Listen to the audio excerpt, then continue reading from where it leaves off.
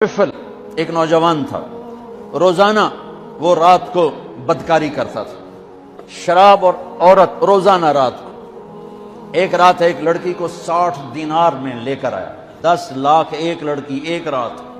جب کمرے میں آیا دروازہ بند کر کے دیکھا تو وہ لڑکی رو رہی تھی۔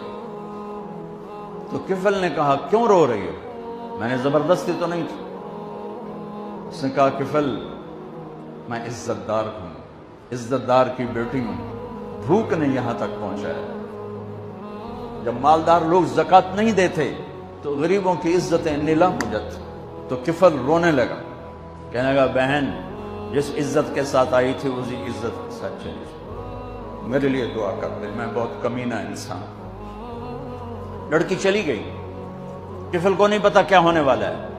تھوڑی دیر کے بعد وہ مر گیا، جوان مر گیا۔ صبح ہوئی، جیسا اس شخص کا کردار تھا، نہ اس کو کوئی نہلانے آتا نہ کوئی کندھا دینے آتا، یہیں گل تھڑ کے مر جاتا۔